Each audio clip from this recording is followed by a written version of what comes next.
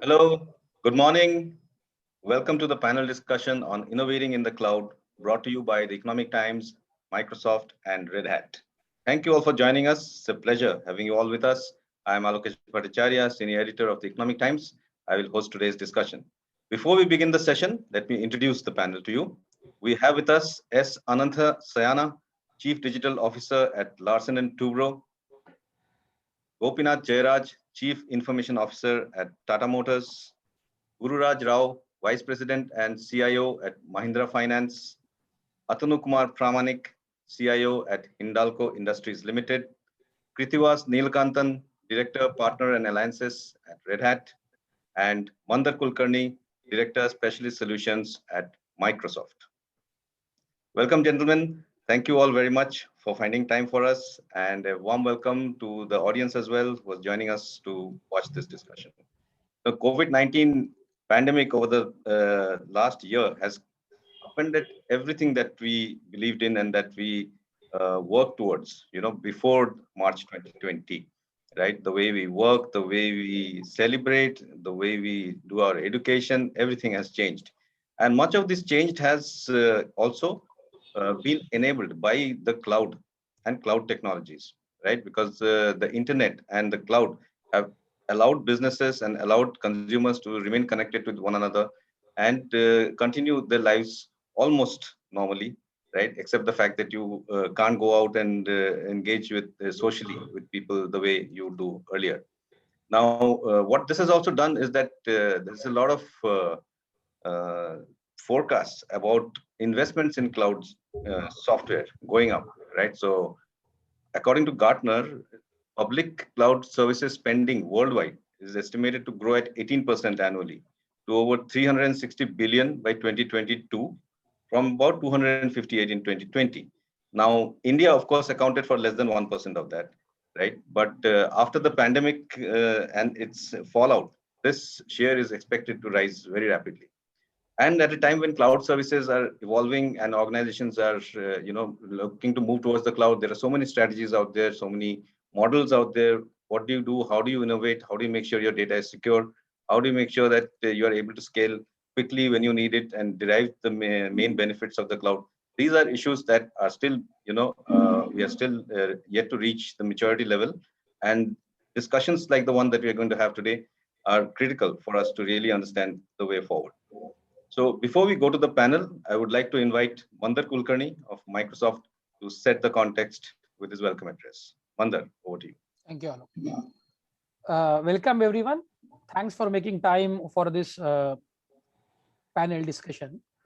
Uh, Over last 3 years, cloud has really become mainstream of technology. So practically every company is using cloud.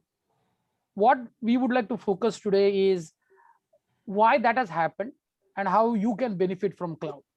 Really, the benefits of cloud when the whole cloud revolution started was positioned on economics. But over last 3 years, the benefits have become very clear. They are largely rooted on innovation, and that's the main theme of the discussion today. What innovation benefits cloud gives us. The second benefit, what we are seeing is people adopting cloud because of agility. When you want to get away from your existing legacy environment, one of the easiest way to do that is look at cloud and start new things like DevOps. And third, a big trend that we are seeing right now is all on insights. All of us are sitting on a ton of data, and if you want to really get customer insights and put them to business use, we are seeing companies adopting cloud. So today what we are trying to do is we are going to look at double clicking on these trends and see whether through use cases that we have, through some of the eminent panelists we have, bring out relevant use cases, relevant examples that you can relate to your businesses. And all of this, as Lokesh put some time back, has got accelerated by COVID. Whether it is remote working, whether it is doing our businesses differently rather than being present in the customer physically, cloud has really helped us sustain through this last 1 year of COVID. And we will also try to double click and bring out some of the examples, some of the great use cases that people have adopted. So welcome, and we are hoping this panel discussion would really bring some new insights to you. Thank you. Thank you, Mandar. That's a good opening, and hope we'll keep this energy throughout the discussion. We will now start the discussion, and a note to the audience before we start chatting here. Two things. One is that we will come to you also with some audience polls. So we'll ask you some questions. Apart from asking the panel questions, I will ask you also some questions. Okay. So you need to just vote for those. That will also help our panelists and us understand what you are thinking. That is equally important. Being senior leaders in IT out there, your thought process is also important to us. Second thing is, if you have questions for the panel, please put them in the Q&A tab that you can see at the bottom of your control panel. Don't use the chat window. It's been disabled. Use the Q&A tab. You can put in whatever questions you want. We'll try and take as many questions as possible during the panel. Okay, so accordingly, let us now start actually with the first poll. Can we activate the first poll?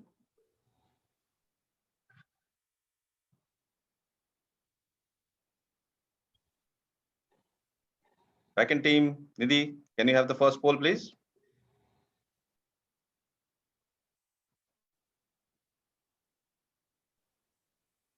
Okay, looks like she's taken a break.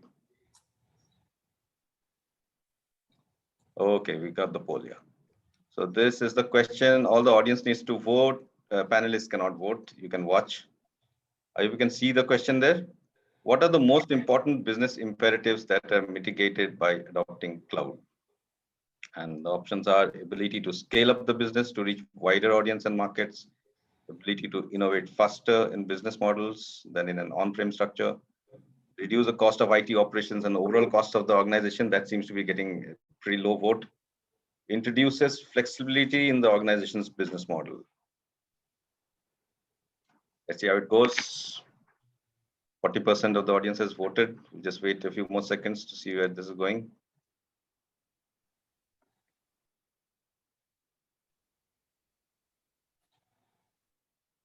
Looks like the ability to scale up is beginning to gain faster traction among the audience, and also the ability to innovate faster, which actually matches with our topic for the day, which is great.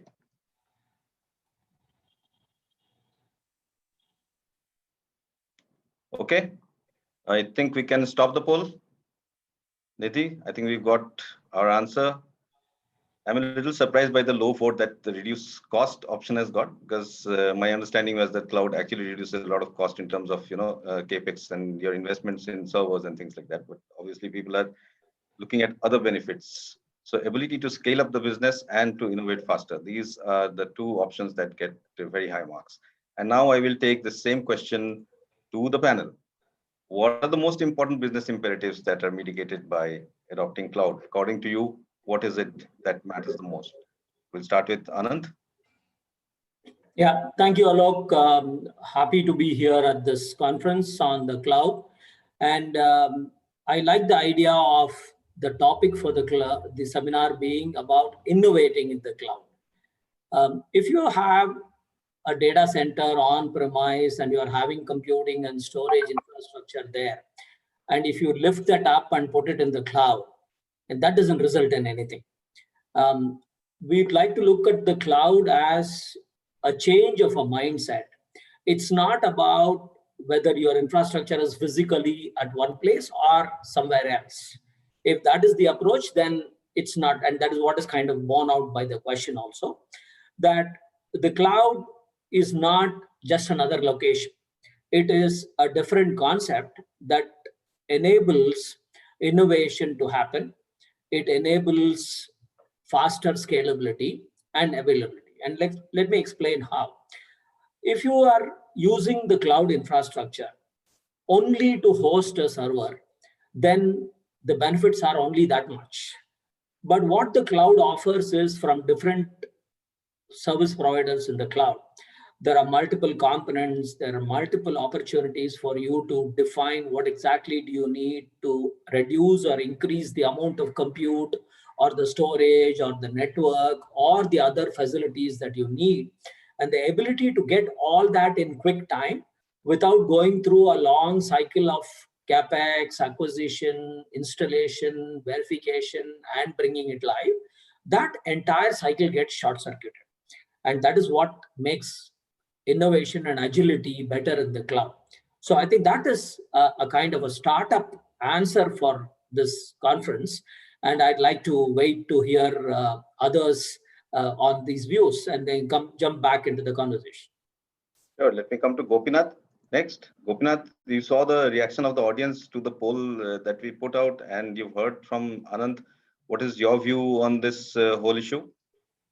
Yeah, I think imperatives. The responses are in line with the general thinking. You mentioned cost. We've normally seen costs go up, not go down. So that's actually lining up there. But it's for a good reason. I think the reason that we're really looking at cloud, Anand, I agree with Anand's answer on the flexibility that it offers and also the options. But the other thing I think is also the fact that there is a long-standing challenge, especially large enterprises, when you're looking at unpredictable loads. I think that solution that the cloud brings on managing or scaling up and down at a very granular level and also at very short notice is a huge advantage, right? So the whole change that has happened with cloud applications, and we've been using cloud as consumers for much longer than actually adopting it in enterprise. I think most of the largest names that are out there are all basically because of cloud. Google Maps is probably something we've been using forever now, and traffic and all that stuff is basically coming from cloud. You had Uber, you have all these other solutions, Netflix. The point now is bringing that power to enterprise and taking the traditional problems that we have, or also some problems which are expensive to solve or difficult to solve, to have that option to be able to manage unpredictable loads. And that also opens up the business model innovation piece, which was mentioned in the options. Because then you're not talking about taking on loads that may not have been predicted at the start. You're looking at designing differently, and of course connecting back to the innovation development perspective, business model perspective, which is there for the different business processes, as well as the way we are connecting with our customers. I think those pieces start becoming much more real, much more varied in terms of the options that we have as an organization, as an enterprise. That I would add to the innovation piece that was already mentioned. I'd like you all to engage with each other. Don't just wait for me to ask a question. So Gururaj, Atanu, Kriti, Mandar, just join in. Lokesh, if you're okay, I'll jump in, right? And I kind of started my welcome note on a very similar note that you had the first question as, right? Yeah. Like I said, so I worked with Microsoft for over 6-7 years, and I actually launched Microsoft Cloud in India. The initial customers, all the initial customer conversation about 5 years back were around cost, right? Our positioning, the cloud service provider like Microsoft, Azure, AWS, our positioning was also around cloud, around cost saving. And a lot of questions from customer were around either cost or security. But we have seen that changed a lot over last couple of years. Customers trust cloud a lot. So from question of whether it is secure or not, the question on whether this cloud is right for me or not, right? Rather than cost, whether this is right, this will give me the objective that I'm looking at. And second, from security, it is more on data privacy. So those two big shifts we have seen. So today customers are not looking at cloud because it will give you 30-40% cost saving. Today they are looking to accelerate their innovation using cloud. I'll give you just a couple of examples, right? If you look at a traditional bank, it is very difficult for them to rip and replace their core banking. They can't do it because their entire business and a lot of stuff which is very legacy. So they can't do that innovation by changing their core banking. So what they are doing is all the other fringe applications that are coming up, whether it is payment gateway, whether it is customer engagement, customer experience, all of that, they are innovating and they are bringing cloud technology for those. Right? Same we are seeing in many manufacturing companies, and there are veterans in manufacturing industry who can add more. Rather than saying I'll change my ERP and look at a cloud or a new gen ERP, they're actually looking at IoT and they're looking at analytics as the game changer, or the self-driven cars and all the other innovation that is happening. But that's happening on cloud. So what we are clearly seeing is customers are saying, if I can't change my core, around everything that I will adopt new technology, which is largely driven by cloud. So changing DNA of an organization through cloud is what we are seeing as the main motive. And then other fringe benefits come. So really, I mean, if I may add, I appreciate the comments of Ananta, Gopinath, and Mandar. The way we are kind of looking at cloud, obviously, what all of us are doing is probably given. All of us agree that for the last 2-3 years, the adoption of cloud as an alternative to your on-premise individual, your own capex infrastructure has gone through a lot of changes, and we all agree to that. But some of the areas where probably we are kind of innovating, just to the context of this discussion, more into the workload segregation, more into the traffic networking, and more into the security, right? So some of the areas probably, if time permits, we can discuss here and then get everyone's view, is how we are looking at, let's say, micro-segmenting the cloud workload the way we used to do on our on-premise data center. How we are kind of looking at cloud to provide a DMZ on cloud. Okay.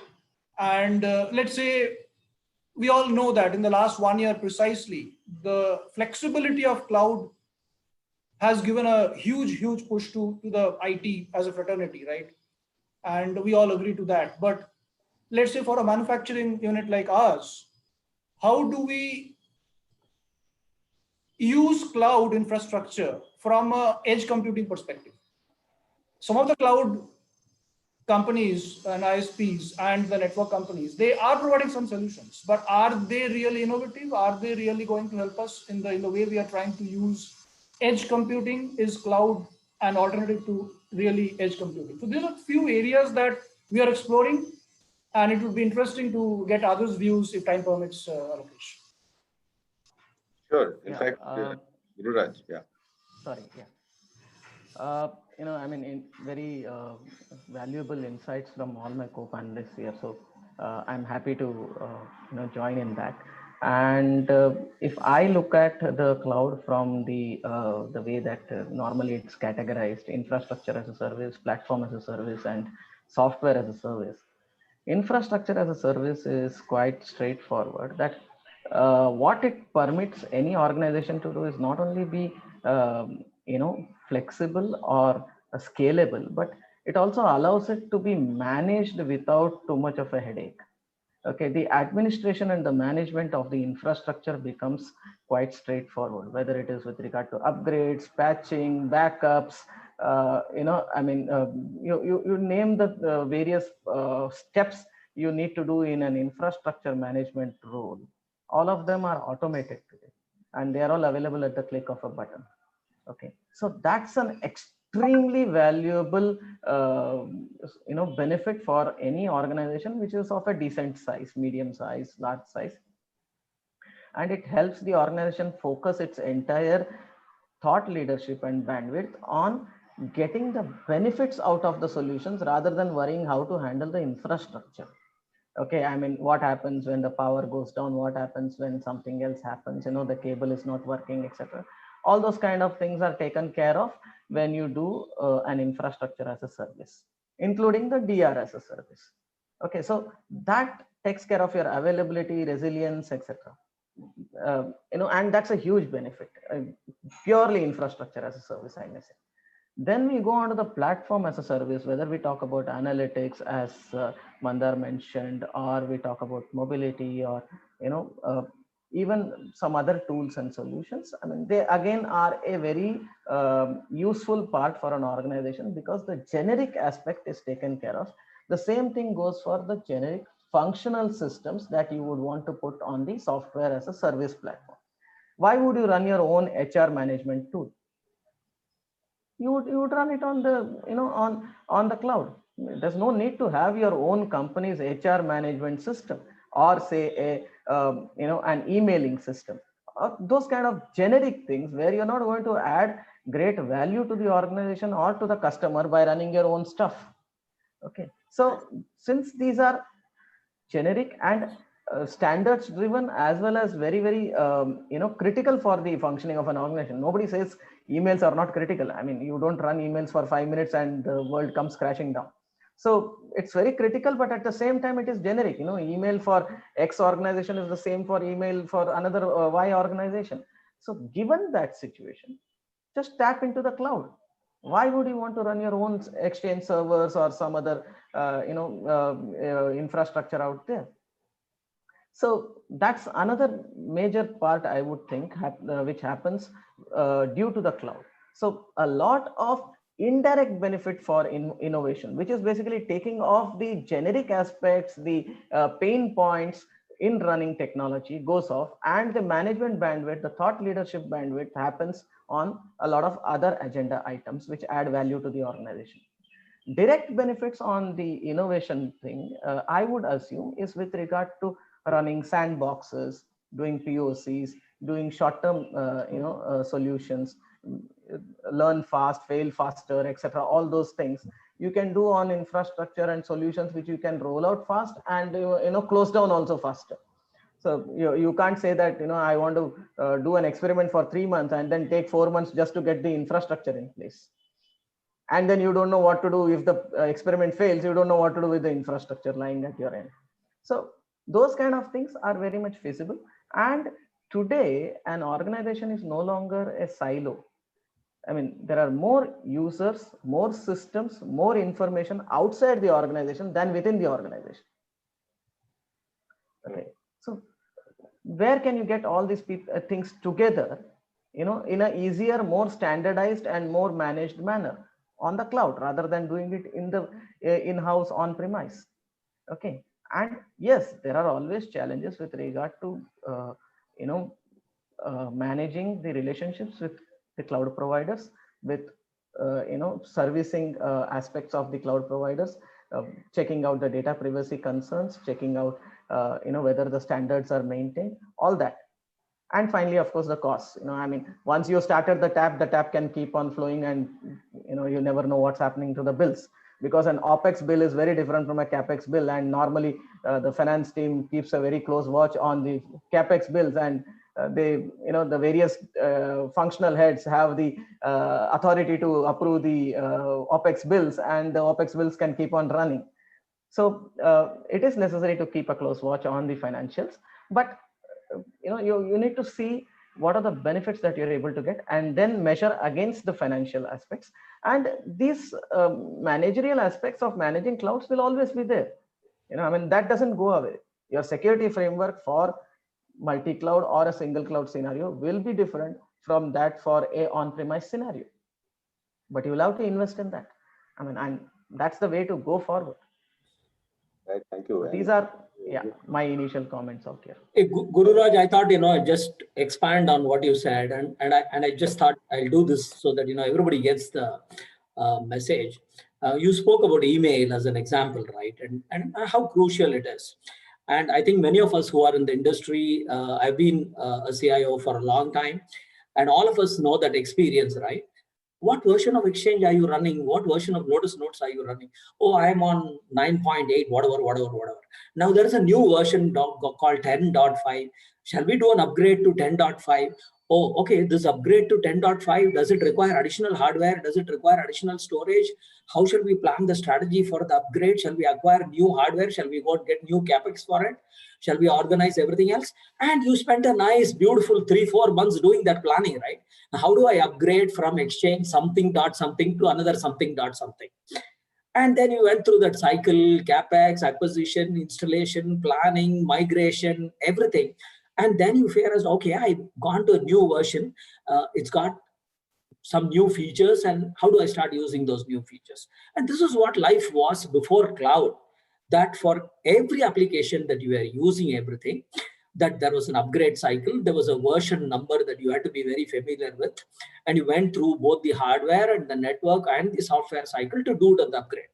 Now come the cloud, and you moved your system to the cloud. You don't know what version are you running. I'm not saying that none of these basic concepts of software haven't gone away, but the responsibility of managing that has shifted from an end user enterprise to the provider. And that provider is managing the versions, and they have the ability to introduce new features without waiting for a cycle. saying that, okay, here is my roadmap. I will announce my new version after 6 months or after a year.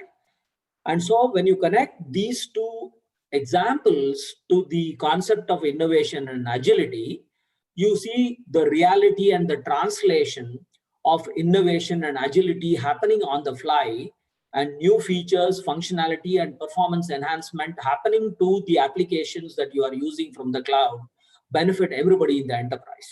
And that's how cloud has changed enterprise. Absolutely. Mandar, you have raised your hand, but before Hi. that, I'll take the opening comments from Preeti. He is not yet. Yeah. I'll come to you, Mandar, after Preeti. So. Thanks, Alok. Thanks for having me on the panel. It's a great afternoon, and happy to be part of this esteemed panel. I'm just listening to all the people here and the captains of the tech industry. There are some key elements of what cloud is impacting us. There's operation excellence and finesse, there is scale, there is agility, there's resilience. All that I think has been spoken. And if you actually observe a fact, and probably I may be wrong by give or take 10%, but 70% of the Fortune 500 companies today, right, were not existent 35, 40 years back. And if you look at the pivot, a lot of them have been powered by technology, right? So which means that the access to technology becomes a very critical part of how companies transform themselves, how they harness technology, and the basis of that technology itself has been cloud computing. Now, having said that, one of the important aspects of this entire topic that we're discussing today is the fact of human capital. We are talking about innovation. Innovation means ideas being put to practical prototyping and deployment in the shortest possible time that raises the bar on competitive advantage. So if you actually look at it from a human capital point of view, clouds actually remove a lot of operational time, complexity, challenges, cost issues, etc., which will actually condense the time between a very great idea to a prototype, to a service that they can launch, and actually increase the distance between their nearest competitors and themselves. That's the first part that I'd like to place to the team. The second part, which is very close to my heart as a topic, is the rise of what I call purple people in organizations. Now, what happens is when technology and businesses start working together, right, closely, you come out with people who understand each other better. And what it basically means is that if you look at Anand's organization, right, largely in the manufacturing, heavy engineering business, and they'll be extraordinarily have high expertise in that domain. The technology impact of what it can make them even more scalable, agile, profitable, and competitive is where the role of the tech leaders like you come in. Right, and when you mix both, right, I'm assuming the technology leaders are blue and the core business leaders and the functional experts are red. When you mix them, right, you blend that, and then you get purple people who can actually outrun competition, put the agility of the cloud to better use, shorten the time between ideation to a service, so that you can actually drive a lot of innovation. So that's my viewpoint, and I think there's the industry is replete with examples, right? How Netflix becomes such a great organization, how Uber becomes such a breakthrough organization, how Airbnb has transformed the accommodation industry, how Ather in India becomes a micro mobility service provider, and it's significantly impacting lives. So in this context, the other interesting aspect is that there's a lot more of organizational change that has come about.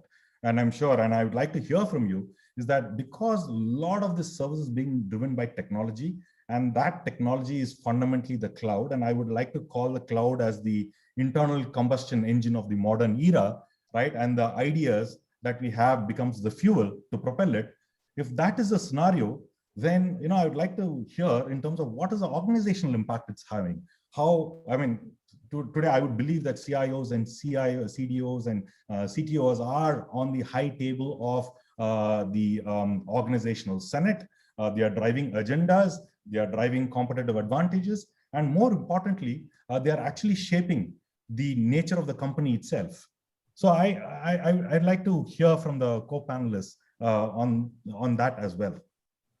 Fantastic. Mandar, you had raised your hand. Hey, thanks. I just wanted to add to what Mr. Anantha said, right? And I completely agree with him on the example that he gave on email. But I just wanted to put that in a larger context of the cost that we talked about. When people compare cloud cost versus on-premise cost, the key aspect that Anantha pointed actually gets ignored many times, right? That because I moved to cloud, it's not Exchange license versus Office 365 license. It's also how many man days, man hour, man months I saved, because I'm no longer doing update, I'm no longer buying hardware and all of that, right? So I think when we look at benefits of cloud, if you compare dollar to dollar server cost versus server cost, cloud may not be cheaper, cloud may not save you 30%. But when you look at the larger context, am I saving few months out of this every year update cycle, change cycles? Then certainly cloud actually saves you a lot of money. Okay, so I'll take this discussion forward. And basically, if we look at companies like the ones on our panel today, Tata Motors, Mahindra, Hindalco, L&T, they're all conventional, traditional, old economy companies, right? Mahindra Finance is a slightly new economy in the terms that, of course, you are competing with fintech in that sense, right? But I'd like to know, Gopinath and Atanu, in terms of how can you, if we go into the innovation part of the subject that we are discussing, and your business models have been tried and tested and been there for a long time, and like Kriti said, 70% of the Fortune 500 didn't exist 35 years ago. How do you ensure that you continue to exist? Does something like a cloud allow you the flexibility to innovate even on your business model, the business model that has helped you in good state? So for instance, when you acquired JLR, Tata Motors acquired JLR, it was a huge integration that happened within the two organizations, and Tata Motors completely changed right after that from what it used to be earlier. But cloud technology, does it really help you to think through and alter business models? Sure, thanks for that lead-in, Alok. I would like to pick up on 2 points made already and take that forward. Right. Sure. So cloud has, of course, the whole operational benefits, and they've been spoken at quite length and quite a detailed way by Anantha and others here. That is definitely there, right? Commodity services, email, and the others obviously will drop to the point where it's like electricity. You don't have electric generators, or you don't look at electricity as something you do yourself. You will not look at most of these things, including Teams or Zoom or email. All of these would be on the tap from cloud, and that's something I think is pretty much a done deal now for us. The question really more interesting is that what happens when you bring these concepts to our business model, and that's the question that you asked. And it also will connect to the point that Prithivas just made on the purple people. I like that concept. The point is today, almost any new business idea today is based on the fact that this technology landscape has changed in any business, including ours. We make trucks, we make cars, and we are in the mobility business. When you use the phrase manufacture cars or trucks, and then compare that to we are in the mobility business, there's a big shift. Then the manufacturing parts gets de-emphasized, and we say that we are going to be focusing on providing mobility solutions. Now, mobility solutions takes a much larger, context, and then you start looking at, okay, what is my customer really looking for? He or she is looking to either move material or move himself or herself from place point A to B. How do we enable that in the most cost-efficient, convenient way possible? And then the answers are many fold, right? And then there are so many other solutions that you can think of, and all of those underpinning that is the fact that you have ubiquitous compute and ubiquitous connectivity, which is kind of epitomized or has become real in cloud, and that really forms the background. Now, I'll just take a simple example of a vehicle being manufactured and sold to a customer and serviced, and you have all the services and the processes around it that can be obviously digitized, and we are in various levels and stages of digitizing that to make it efficient. Then you start questioning, do you really have to give the vehicle to the individual when the individual really wants to move from point A to point B? How do you enable that? Now, Uber has a solution, and it has been mimicked in several places. you can bring those thoughts only because you have the technology in the back of it. So today, really speaking, as the point on the purple people was made, you can't really have a very detailed business conversation on a new idea or model without bringing in the technology piece. So what is it that I want to do? How do I connect the data model together? How do I enable business processes or change business processes and make new ones possible? And how do I connect that back, most importantly, to the financial model that we have as an organization? And that part, I think, is the more crucial piece as you connect all these dots together. Is one, you take an existing process which has a 5 steps, 10 steps, 20 steps. Each of them have a physical manifestation, and then you say, okay, if I digitize this, what will happen, and what is the cost of this transaction? What is the benefit of it? The other way is that instead of 20 steps, I eliminate 4. That's the second level. The third level is I drop the whole thing and I do it in a different way completely, and I bring in a new model by using technology, so that I enable that same benefit to the customer or to my end user, but I don't bring in all the physical aspects of it. Bringing that to the bit of a reality, I'm talking about things like if I have to move from a business model of selling a unit of a product to selling a kilometer, or selling a unit of freight that I want to position to the customer. You can imagine the kind of innovation that you need to have in the back in order to be able to know where the customer wants to start and end, what kind of freight that the customer wants to move, what are the SLAs around it. All of those have to get obviously enabled by technology, and the whole conversation then shifts about, okay, how do I put a solution that makes sense for my business and for my customer, and how do I enable it using the technology that are available? And that's why the other piece comes in, purple people, and the fact that what are things which are possible, not possible, what are the financial constraints and the possibilities that are there, all come into our mainstream business model questions that we have to answer. Fantastic. Atanu, Right. Yeah. So, more difficult. Gopinath, I'll just pick one point from you. When you talked about business decisions or business discussions today, in today's date, cannot happen without bringing in the technology, right? I think that has changed over the last 2-3 years, more so in the last 1 year.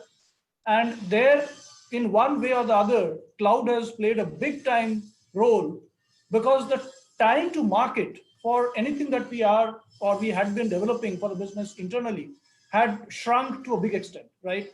Due to the obvious benefits of cloud. And that's one of the reasons why yesterday, when someone from business comes to IT, asks for some development or something, we need to either see whether my people are available, or I need to get into call a partner to develop an application. And then also Ananta, as he mentioned, that we need to see whether we have CapEx, whether we have hardware. But today, we just need to see that.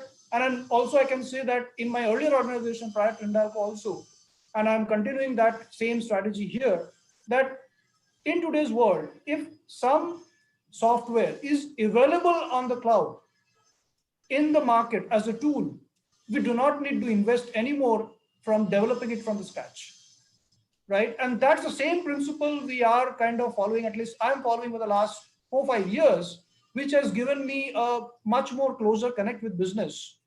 And just to relate it to my current role, where we had been 100% B2B, let's say 2 years back, and we're gradually moving into a small percentage into B2C, a small shift into the business model. And that's where we are getting much more traction, much faster traction, I would say, with the SaaS products which are available in the market, right?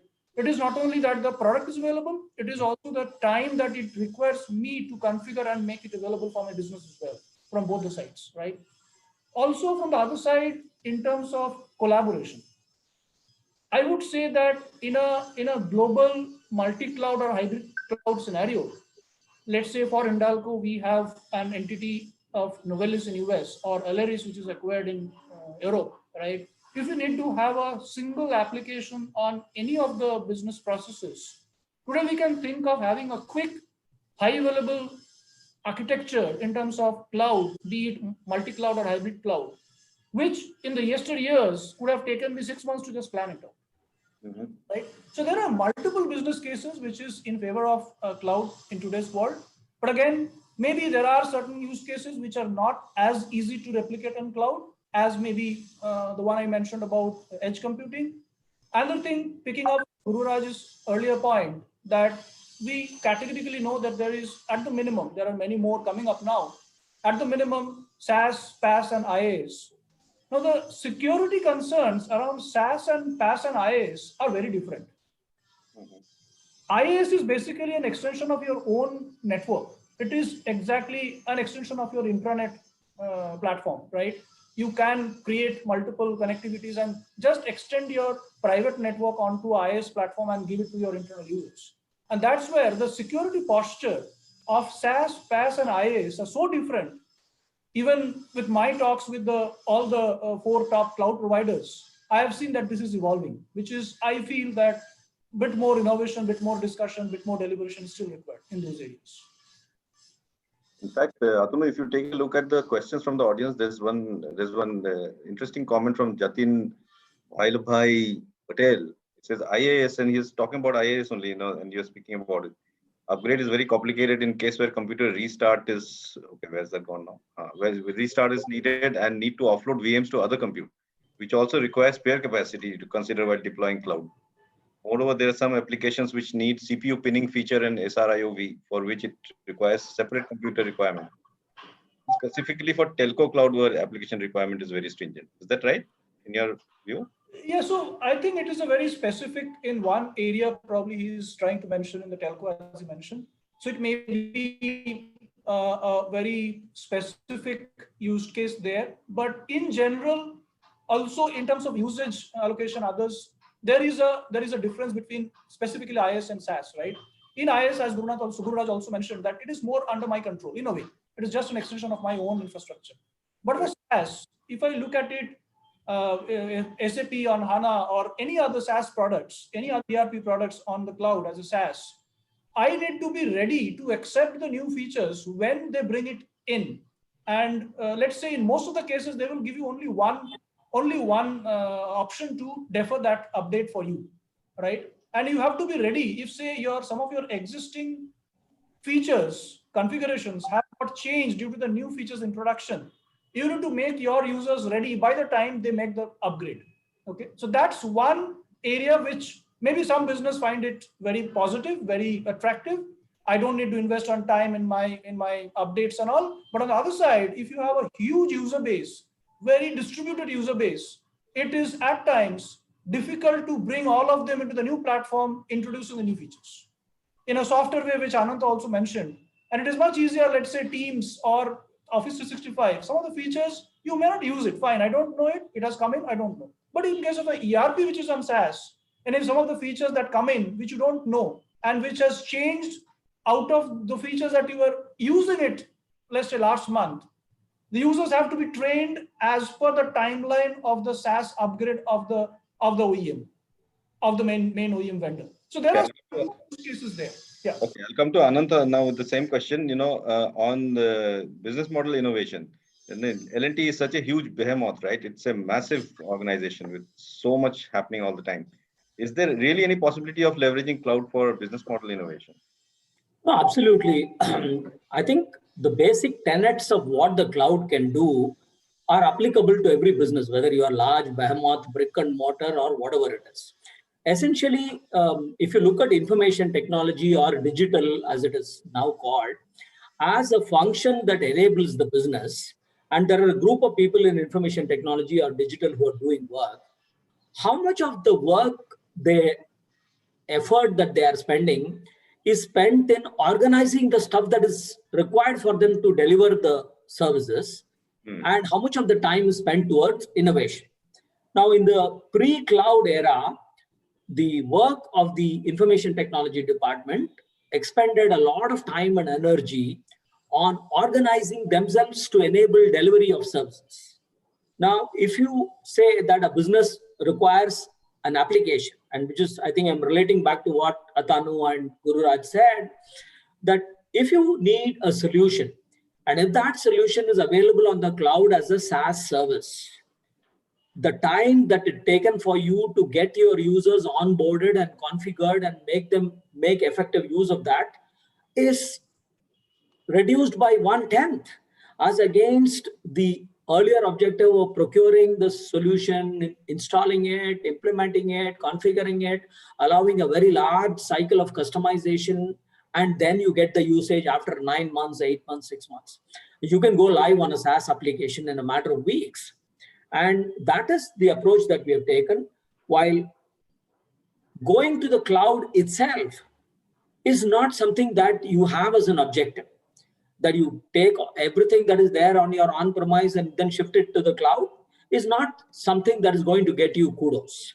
Now, what you're looking at is that the cloud over the last 10 years, and I've been hearing about the cloud since 2010, and then very significant improvements, reliability, throughput, consistency have happened in the cloud in the last 10 years. Today, cloud is a reality. It is available to us. While your ERP, which has been on-prem, standard companies like us who have large investments in data centers and real estate are running, you may not want to pick up everything and move them to the cloud. But when you're talking about innovation, when you're looking at new solutions, like I'll give you an example. We started our work on digital and IoT and stuff like that. And you look at something like IoT. The IoT solution is not one piece of software. It has multiple layers in the stack that require you to collect the data, ingest it, parse it, move it, till you can get to the dashboard where you get the analytics. Now, in a conventional method, if you want to do all this yourself, it's going to take a lot of time. So all new solutions that we are looking at as enhancing our capability and improving our efficiencies, it makes a lot of sense to do it on the cloud. And then all of us, I think, are reconciling to a fact that we are certainly going to have some stuff on-prem. At some point of time, it will go away. But what is there, you focus on running it well. You realize that you will be on the cloud. And it's not necessary that you have to be on one single cloud. You will operate on multiple clouds. There will be a hybrid environment. And you will have to work your architecture in such a way that you take the benefits of the cloud and also orchestrate them and architect them suitably, that you don't miss out on the security and also the usability for our end users. I think even for all of us in the brick and mortar established legacy companies, the cloud definitely is very relevant and useful. Okay, both Mandar and Kriti have raised hands. I think Mandar raised first. So Mandar, you go first and then Kriti. And then I'll come to Gururaj, but before that, I'll run another poll and then come to Gururaj. Mandar, you need to unmute. Sorry, I would like to take a question that is there on the Q&A. It's by Mr. Manjunath. The agriculture is in debt trap. The core issue is the percentage of money paid by you and me are reaching farmer. How can cloud ensure a farmer gets 60% of money paid by you and me? Now, that's a very interesting question, right? The reason I would like to take that question, Manjunath, is, see, it's not only a technology solution. It's not only technology. It's also the business process that all of us referred to during our discussion. So just by putting some agriculture thing on cloud, 60% money is not going to go to farmer if we keep our processes the same. But what we are seeing is a lot of very innovative companies are actually trying to address this problem using cloud, but they are disrupting by business process innovation. For example, some of the recent agricultural law changes that you saw, right? One of the things is there a possibility of opening an agriculture marketplace where farmers and end users like you and me who directly transact? That's one way of saying, okay, that 60% of money which gets in between consumed directly goes to farmer, right? And there are many more such initiatives. So the point that I'm making is cloud actually enables this business process innovation or disruption. Cloud itself will not solve this problem, but it will enable people to really come out with those innovative solutions. We are seeing this in many places. Agriculture is one, healthcare is another one, right? During COVID, we saw how healthcare actually leveraged cloud, whether it is Arogya Setu or multiple other things that we saw. So cloud is an enabler rather than a solution for challenges which are related to business process not being aligned. Right. In fact, in Arogya Setu, and there are so many other applications that the government has introduced that are leveraging cloud greatly. Kriti, your comment? Just extending what Mandar said, I think the true network effect is upon us. And if I have to explain that, then the questions, the often repeated words of ubiquitousness of IT, aggregation of all services, customer experience, all that come into this part of what's called the network effect. And like Ananta and Gopinath said, there's not going to be a single industry that's going to be spared of this effect. Now, having said that, I actually wanted to highlight an important part that Anant alluded to, and it has been spoken by the other panelists, is that today the cloud is a given. The question is that you will actually you'll be spoiled by choices in terms of the number of clouds you want to operate and the kind of services you want to operate. Now, as leaders in your own respective industries and driving the digital agenda, so to say, I think the cloud is evolving now to such an extent that they want to provide services irrespective of, or harmonized services irrespective of which cloud you want to adopt, or you may want to run multiple services across clouds. Now, if you're the one who's driving the digital dashboard for your company, right, what you need is to ensure that I have the same user experience, I have the same performance, I have the same ability to actually unlock innovation using those clouds, irrespective of where that service runs, whether it's on a particular hyperscaler, whether it's on your own office, and also in a hosted service provider within the country. So that's the next level of innovation that's happening on the cloud. And I think it's an important facet of ensuring choice to the CIOs and the CTOs to say that, hey, irrespective of which cloud I go to, I can have the same user experience, I can have the same application services being run without sacrificing security, postures, without sacrificing performance, without sacrificing my administrative and operational costs. Another interesting trend that we're also seeing is that, sometimes what we build also teaches us, right? If we have built the cloud is also teaching us how to mimic or have the same experiential operational experience on-premise also. So if you look at, and Ananta and Atanu also alluded to it, saying that we will also have hybrid cloud, right? We will definitely have something on-prem, depending on the industry and depending on the laws and the regulations. Now, a lot of reverse learning happens. How can I take what cloud companies are doing to build their infrastructure as a service and platform as a service, and how do I actually place it on-prem so that I have the same experience, I have the same capabilities built, so that there is technically the same security posture, the performance capabilities, as well as the platform as a service capability. So these are some interesting, innovative positions that the market is evolving to. But all I can say is that, yes, I think all of us agree that business value unlocking is hugely propelled by cloud. The operational finesse and excellence is being driven by the cloud. People can spend more time innovating and putting those ideas to work to accelerate business. Fantastic. And I'm really happy the way this panel is going. We have got lots of questions, and many of the speakers have answered many of the questions, which means there is a huge amount of audience engagement that is already going on behind us. And before I come to Gururaj, you can also take the question that the subject that we were debating currently, but I'll ask you a new one as well. Let me just take the second poll for the audience. Can we have poll 2?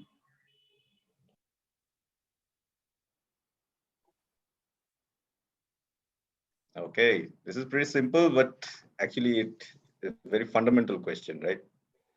What are people opting for more now? Let us see. Public versus private versus hybrid versus multi. What works best for enterprise?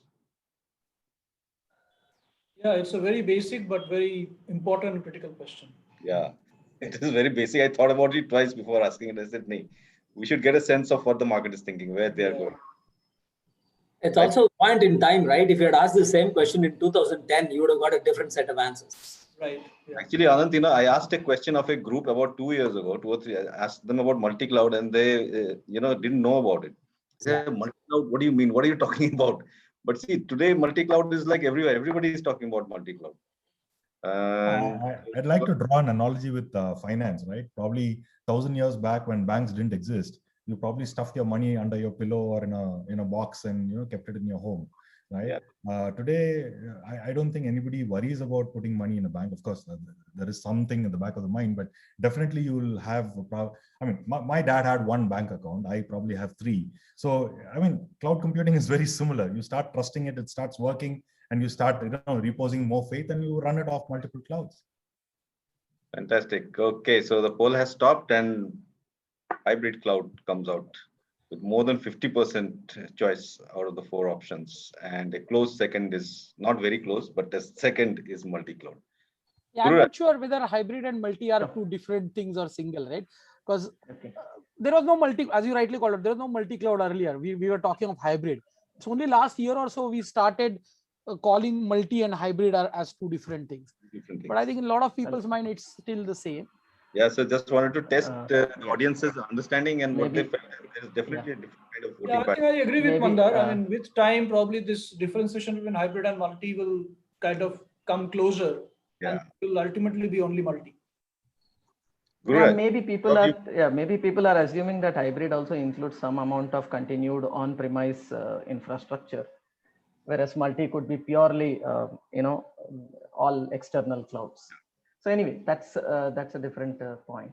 What I wanted to bring on the table was one of the questions which people asked with regard to the banking industry, and since I am the only guy from financial services here, so let me try and take that up. One is, does RBI consent to usage of cloud for core banking?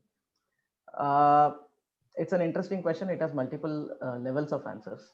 First thing is, cloud is the core banking system is available as a service for some of the parts of the banking sector, and some banks are using it that way. Okay, in the cooperative banking sector or in the rural banking sector, there are core banking implementations which are on a cloud, multi-tenanted, used by different banks on a single instance, single application, single set of infrastructure, etc. And they share the infrastructure. They have the the expenses shared and all those things. So that's one which is very much permitted, very much working for the past many years. And I don't think the Reserve Bank of India has any issues with that. The second point to note is that Reserve Bank of India is a very mature regulator. Okay, and it keeps track of all the trends that are happening, both in terms of opportunities and threats. Okay, so it's a very well run organization, and they know that they cannot prescribe everything in black and white, do's and don'ts. They provide you the minimum requirements, they provide you the guidelines for doing some things. But if you follow the guidelines and are able to come up with the solutions, they don't have a problem. Okay, so if you have got a cloud solution where you can follow all the guidelines which are prescribed, okay, with regard to the security controls, availability, data privacy, everything, I don't think they are going to challenge that. Okay, that's where the cloud providers have to come in. They have to show that they are able to work with complete ability to meet the RBI criteria for the banks. Okay, whether it is a Microsoft or an Amazon or a Google or Oracle or IBM. I at least know these 5 public guys. I mean, if there is a 6th one, I'm sorry. So it's up to them to show that they are able to meet the RBI guidelines, and then the banks can work on them. I do not see RBI specifying ever that do this, don't do this. Okay, so it is up to us to understand both the letter and the spirit of the regulations and follow them completely. So that's very clear. Okay, so let's understand that RBI is a very progressive and a enabling regulator and not a deterrent. So that's my answer on this particular point. And when we come to the cloud and the innovation and everything that people have spoken about, very valuable points. I'll just take this point further, that cloud, first of all, very basically has the best engineering talent. Okay, you as an end user, if you think that you will get best system administrators, or you're going to get the ability to even define the requirements and look at the availability and the performance and all that stuff, I mean, it's certainly going to be much less efficient and less productive than what you will get on the cloud. That's the first thing. The economies of scale, obviously that's going to happen. The third thing is very much that these are all generic activities. These are generic technologies, irrespective of whether you do it in the manufacturing sector or the services sector or anywhere else. And hence, it's better to get it done by the experts. Okay, so that's the third point. So clearly, cloud whether you do it infrastructure as a service or software as a service, platform as a service, all of them, it doesn't matter. It is better than running things in-house. That's the first part. Yes, financially, as Mandar also explained, it's not an apple to apple comparison. It will, if you want to do an apple to apple comparison, obviously it will not work out. Okay, you are paying for a particular benefit, and the organizations have to gear themselves to realize the benefit. Suppose I spend X crores of rupees in cloud billing. Am I able to get the business cases for that? If the business says I am going to work the same way, irrespective of whether you give me a solution in 6 months or 6 weeks, then what's the point in doing it in 6 weeks, right? You're investing money, but you're not able to get the results.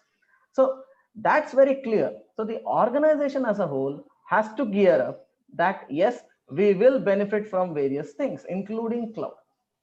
It's a transformative journey for every organization. And another point which I wanted to take from the questions here is with regard to the architecture of the systems. Yes, it is necessary, it is useful, and it will only be actually 100% productive if your applications can be architected to work on the cloud.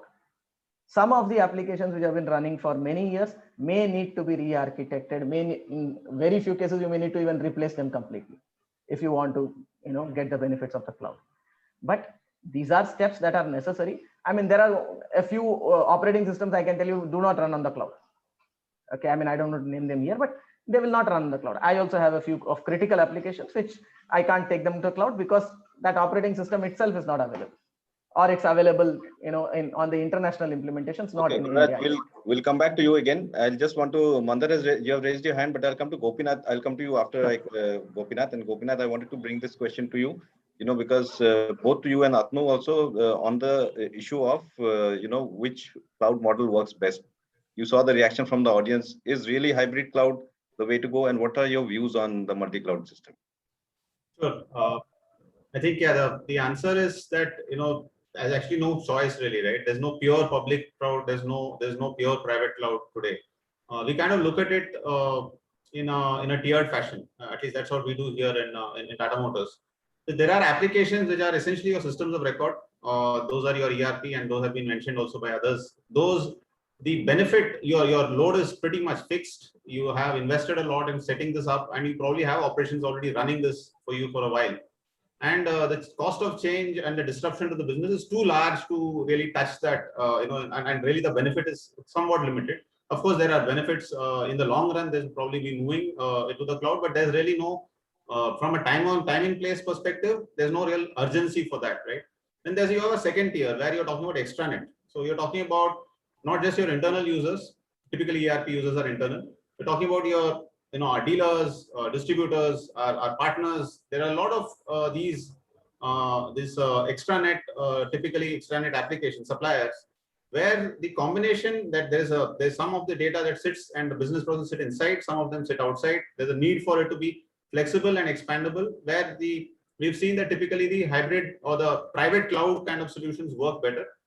And then there's the completely customer facing side, right? And then all the other the requirements come in there on that side. For example, and I'll give the best example I can think of for our own organization is the connected vehicle that we have. We have today about 2 lakh vehicles on the road running today with our connected vehicle solution.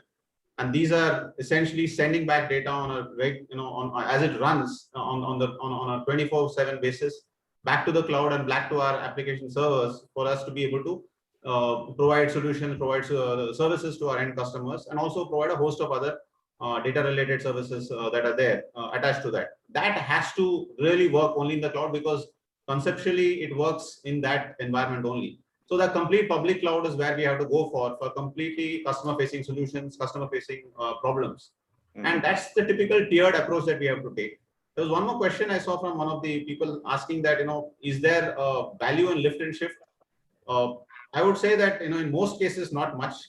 There's not going to be much value in lifting and shifting an existing, load which is sitting on your data center, unless you have specific problems you're solving. Operations, you are re-architecting the solution, you're doing away with it, or you are really looking at, in some specific cases, even security-wise, it's sometimes better to have that in some kind of a sequestered cloud or a private network environment. But by and large, typically, the focus should be would be moving towards multi-cloud or hybrid to multi-cloud as we are going forward, and in this kind of a tiered kind of an approach in terms of usage, at least for large enterprises.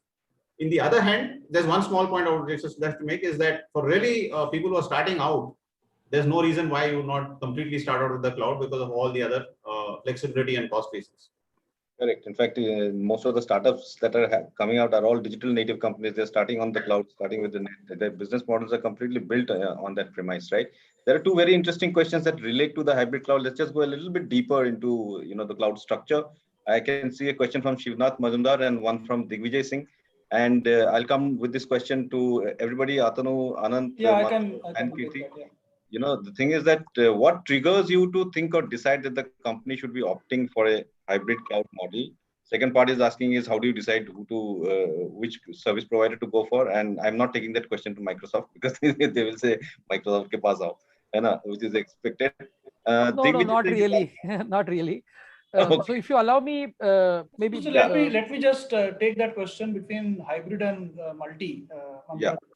Just to clarify, and I've seen a couple of questions or three questions. Just to add to that, Adanu, there is a question from Digvijay Singh where he's saying, do you have a central kind of cloud COE at a global level? Or what's the strategy basis which you define which public to choose? Okay. So I just will try to kind of answer. I'm coming to you after this. There is a simple question of what is hybrid and what is multi-cloud also. That's the question. So, right. So taking extension from what Gopinath mentioned, let's say I'll give you three examples why practically in Hindalco we are using all the three kind of facets of the cloud infrastructure. Let's say I have some old 15 years old application. Let's say I'll give you the name, let's say Waybridge integration, or let's say barcode integration, a few years old, a decade old, right? They're working good for me. I don't have any reason to upgrade that just to move it to cloud, right? So that is a use case for me to be on my private network and the private infrastructure, just for the sake of continuing with the investment, just to extend that investment life, right? But look at a case where, let's say, SAP is today offering on both Azure and AWS, right? But if you go to Oracle, Oracle is only providing probably at this moment on the Oracle Cloud, right? So that's a given that if you want to have an ERP, be it the top two guys, SAP or Oracle, the destination is kind of fixed. Now, what we have done in terms of the connected applications currently is we have done a very simple affinity matrix, right?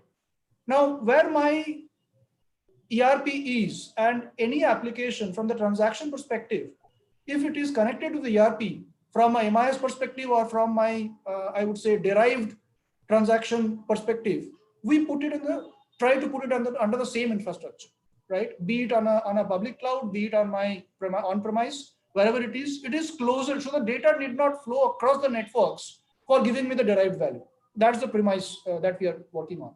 On the other side, if I have some very niche, very simple, very lightweight applications which need to be created, and I have a SaaS model, then obviously it's a native to that cloud. Or if I have an option to go into another cloud, I will choose the second cloud. So I have basically 1+1 strategy, that the main transaction, including ERP and the connected applications onto one architecture, which for me, it is a kind of hybrid, a combination of on-premise infrastructure and a particular public cloud.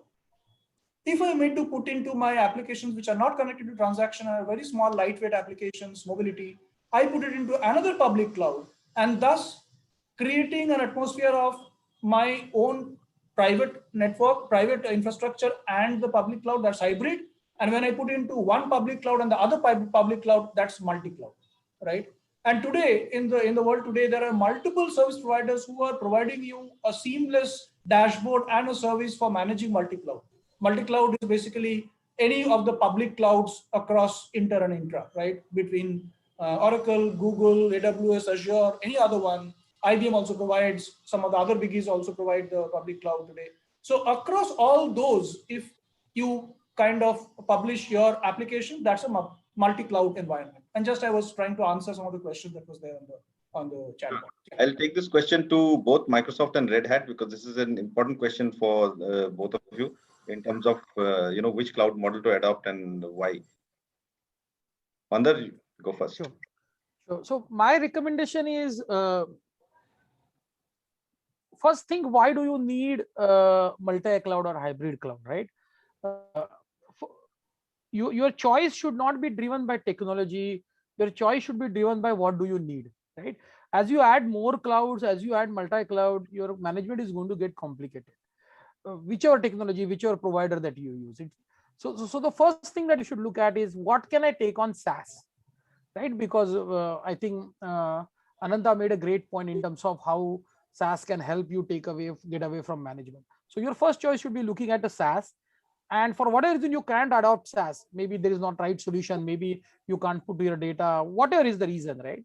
Then you should looking at the service provider. And I think the way Atanu explained, right? Look at the affinity where you will cut down on latency and you put it there. But you should really think hard and ask yourself, why do I need multiple providers? What is the compelling reason for me to look at multiple environments, right? Whether it is private cloud or public cloud, whether it is public cloud, why do I need it? And then choose it. The single thing that you should look at when you are adopting multiple cloud service provider or hybrid cloud service provider is the management pane. Whether you will have the data, whether you will have authentication, whether you will have network, whether you will have monitoring and management. How are you going to have seamless management? That should be your selection criteria, right? Whichever provider you use is irrelevant. But the three questions that you should ask is, first, can I put it on SaaS? Second, why do I need multi or hybrid cloud? Can I not use the environment, one or two environment that I have? And the third thing is how I'm going to manage that. If I use multi or hybrid cloud, what is my management pane of glass? Because that will determine how you successfully use it. Otherwise, you will end up using or deploying it, but you will add additional overhead on your overall management. So that would be my requirement from when you are getting to multi or hybrid. Right. Thanks. It's a very interesting question, and I think this is being toyed around by corporations everywhere. Our view is that customers will have the choice of deploying and harnessing multiple clouds, and I think that's a reality. The second important point, which Mandar actually alluded to, is that how do I take the complexity out? The premise of going to cloud is to have operational excellence and simplicity. And when you want to actually deploy it on multiple clouds, whether you're going to have a very similar experience. And that's where the important decision-making lies. Now, when you do that, can you have, and I alluded that earlier, is that can I have a digital dashboard which will keep the complexity out, manage my services irrespective of on which cloud it runs, and more importantly, I have the ability to move my workloads across clouds. That becomes a very, very, very telling point. And I have a feeling that, in the next, if you have the same discussion 24 months down the line, probably that's going to be even more pertinent as a discussion point than what it is today. We do understand and respect the fact that customers are moving towards the cloud in various forms of maturity and adoption. But in 24 months, I think the conversation is going to be different. It's going to be about how do I get the best out of multiple clouds? Okay, fantastic. Now, all this talk about multiple clouds and ability to manage being one of the key points makes me wonder whether managing the cloud itself is becoming a major task for enterprises, because you are having so many cloud systems, and you know that your data is probably not there in your premise. So, how do you? Is it becoming too complicated? How do you manage this question? I'd like to take to Ananta and to Gururaj. Okay. Large organizations. No, I'm glad you brought up this question, Alok, because this discussion is not complete without that question. So, is management of the cloud simple, easy, trivial? The answer is no. And the partial logic behind why this answer is says that it needs care is, if you look at what is on offer from the cloud, it is really a very huge bouquet. We spoke a lot about IaaS and SaaS, but if you look, the answer to that puzzle is actually in PaaS. If you look at every one of the large hyperscalers and the cloud service providers, there is a dazzling array of PaaS components that are available on the cloud for you to deploy. And then today, all IT solutions are not a single solution, but a stack of things that add up to become a solution. And so when you look at what you take from the cloud and you start looking at architecting the solution, and you find that you can use, for a very simple solution, you would end up using about 7 to 8 components from the cloud that you will use. And each component has a different metric for billing.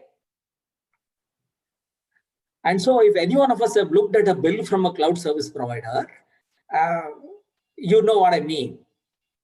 But not to say that we can't do without this complexity, because these layers are all required. Your software requires that you manage multiple layers of the stack and finally deliver a service.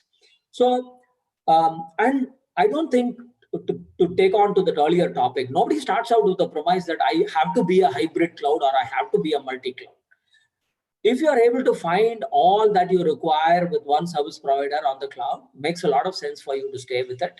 But our experience tells us that you will come across situations where you will find a PaaS component from another cloud service provider a little more amenable to a certain solution that you're planning to do, and you would rather do it there. And then that is how your environment grows as you grow along. The management of the cloud is not trivial. Every one of us needs to build expertise in how do we manage it. And that requires a lot of dialogue with the cloud service provider. Also, you learn from your experience. You get onto the cloud, you see the bills from the cloud for a couple of months, and then you see what have you scaled up. And very often in the cloud, it's so easy to scale up. Therefore, whenever you want better performance from a solution or do something, and you say, okay, why don't you scale it up? And then there comes a point in time when you find that, okay, can I take a relook at what can I optimize? And currently, a lot of us who have been on the cloud for some time are looking at a periodic exercise where I optimize what am I consuming from the cloud. Okay? And there are experts and suggestions that can do a verification for you and say, okay, we will optimize your cloud in such a way, and then you get to do it. I mean, the simple answer to your question is yes, managing a cloud infrastructure requires expertise. It's good to have a bunch of people who are specialized in doing it, and then pay some attention to it, and then do it properly. Okay. Gopinath, I'll come to you. Or you have a quick point to make it, and then I'm coming to you. I just want to elaborate on the point that Ananta just made on, and also a question on this cloud COE, right? So the only point I just make is that we are looking at this as how do you manage this whole thing, and how do you grow on this? It should not become a problem for you. We came up with a model of 3 concentric circles. One circle is how you design your applications. Second circle is how you operate your operations of your cloud, and the third is the commercials and contracts that you have with the cloud. And these are all intersecting. And you could design the application to consume cloud services. You operate the cloud service in such a way that you change the components that you use within the cloud to deliver the same service. And EC2 versus another option on S3 bucket versus something else. And I'm talking about Amazon, but there's similar examples in the other cloud. And then the third one is what is your contract and how you can take advantage of, say, spot pricing and things like that. All of these 3 connected together really gives you the spot which is moving. The sweet spot keeps moving around as to what is the right place you want to deploy, and how that might actually change from even a day to day or hour to hour. Managing all this needs expertise. There's no doubt about that. The reskilling or the retooling of the organization is extremely important for when you're jumping into the cloud. It's not going to happen by suddenly expecting someone to take an online class and suddenly become a cloud expert. You need to have a mix of skills. The third thing I've seen is that really getting deep into the world of open source, because the tools that are being used across all clouds are what essentially the open source tools that are out there. Embracing them to the fact that these are your core tools and toolboxes that you want to go to take to the workshop when you're setting up applications and running them is something that's also important. Just wanted to make these 2 quick points on the cloud management. Thanks a lot. In fact, Gururaj, now that I come to you, it strikes me that Tata Motors is part of the massive Tata group, which has some 100+ companies. Mahindra is somewhat similar. I have lost count of how many companies are there in Mahindra group, but Mahindra Finance is also part of a huge conglomerate, right? So the question that Digvijay Singh had asked about having a global COE, and both of you are multinationals, right? So is L&T and so is Hindalco, right, from the Birla Group. Huge organizations and part of large conglomerates. Is there a case for having a consolidated, unified view of cloud solution across the organization, where you have a global COE, center of excellence, where you decide what to do, across the organization, or does it just make sense to let each organization decide on their own what they want to do? No, I mean, see, this follows the same principle as any scale of, I mean, economies of scale kind of a situation. Uh, Not all organizations are of the same size. They are not of the same maturity, not of the same financial pockets. So it is useful to start off with a centralized, center of excellence, where you can pool in resources for the necessary organizations, wherever they need the skills, the projects to be implemented or initiatives to be done. So that's how even the Mahindra Group does it. We have a center of excellence, and where we try to work with what are the cloud solutions, evaluate what are the relationships that we can go ahead with, what are the types of engagement we can have, and then get into the re-architecting of solutions and then moving them to the cloud.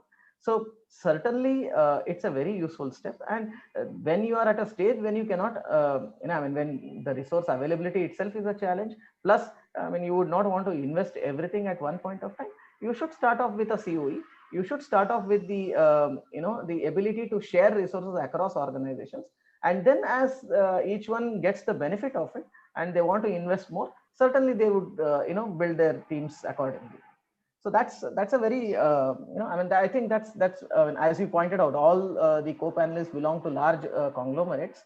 So I think this practice would be across all the groups that we're talking about. Okay, fantastic. And, it also strikes me that people are probably, in these large organizations, and Ananta spoke about talent, right? Now, see, we were having a discussion a couple of days ago about having a separate CISO organization, right? The CISO organization should be a specialized organization within, or probably divorced from the IT organization with certain linkages. Now we are actually looking for a cloud organization, right, where you have specialized skills, needed. Is IT becoming far too complex for enterprises? You're going to need specialists in every domain. And do we really have that kind of talent spread? Gopinath, I can see you smiling. Maybe you want to take that? I just, the only comment I make is that, yeah, can IT get more complex? I think this is the first place it starts getting complex, right?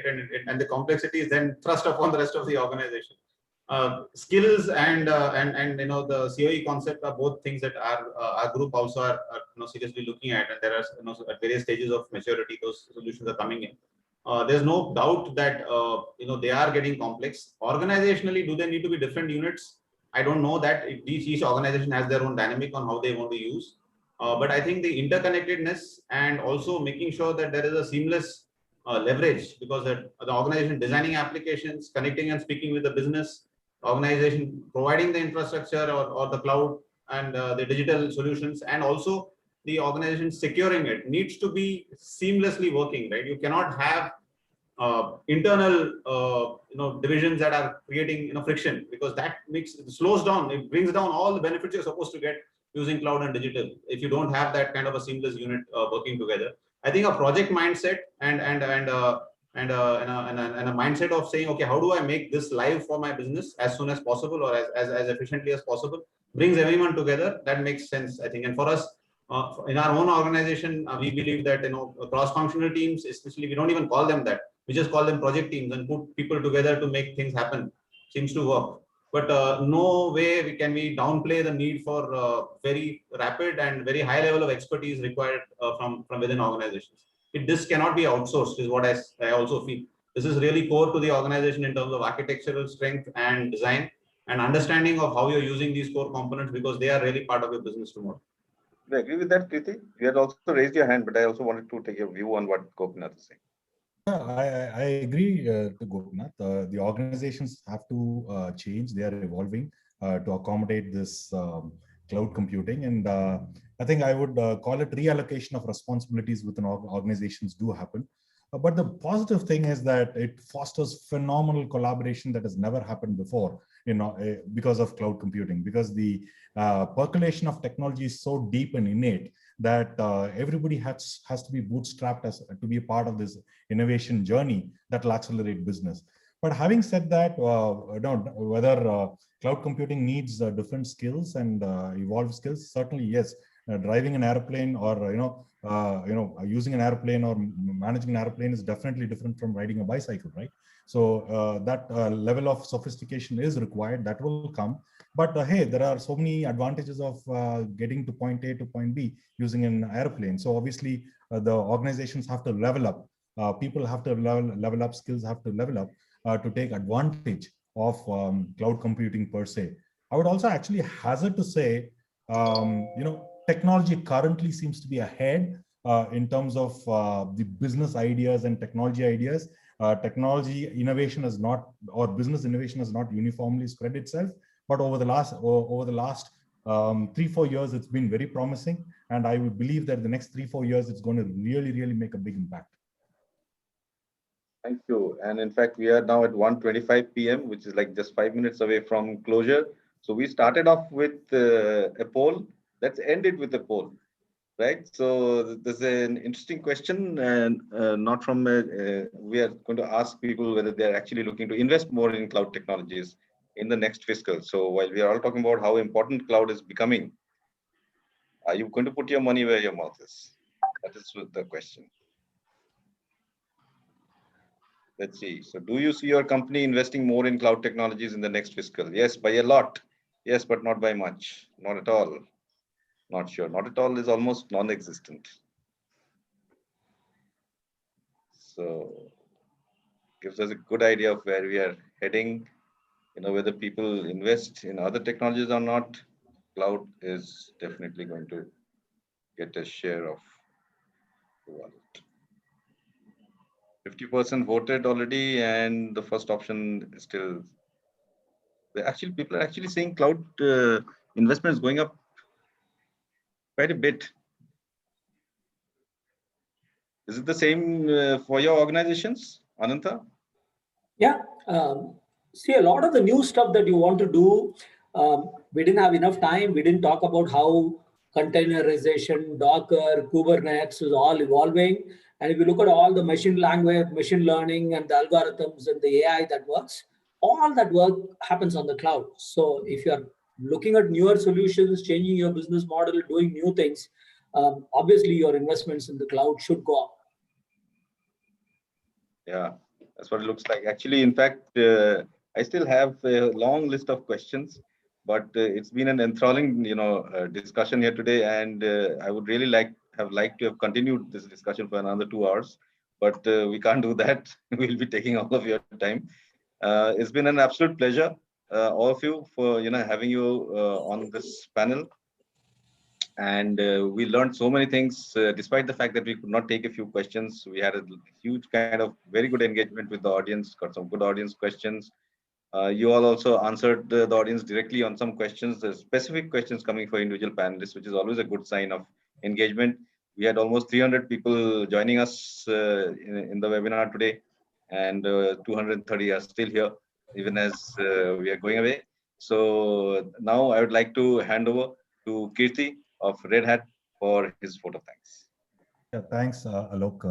I just want to start by thanking the audience. I think they've been patient, they've been extremely participative, and the kind of questions that were thrown at us was very, very relevant. And it's also an opportunity for all of us to respond and give our views in terms of what's happening within our own organizations and sharing those experiences with them. So thanks to the audience. I want to thank ET for giving us this platform, but more importantly, the panelists, the co-panelists. I think the kind of experience, the kind of industries that you run, and the kind of knowledge sharing that you've done was exceptional. And thank you for that. And I look forward to having probably a conversation 6 months down the line with probably answer some of those questions that were not answered today, but obviously talk about the points that Ananta said, and there are more granular examples of how each one of our industries are actually getting impacted by the cloud positively and taking the whole digital transformation to the next level. So appreciate your time, appreciate your knowledge sharing, appreciate your efforts on this. So thank you, everyone. Thanks for a great session, and stay safe, everyone, and have a great day. Thank you, Kirti, and special thanks to Red Hat and Microsoft for giving us this platform here today. We have this great discussion. Thank you to all the panelists, Ananta, Gururaj, Mandar, Kirti, Atanu, Gopinath. Wonderful having you here with us in this discussion. Let's stay in touch. Thank you and stay safe. Thank you, and thank Thank you, you. Alokesh, for moderating you this very so much. well. Thank you, Alok. Thank Thank you, Kirti, Thank Mandar, you. everybody. Thank you, Bye-bye. Very much. Thank you, everyone. Cheers. Bye.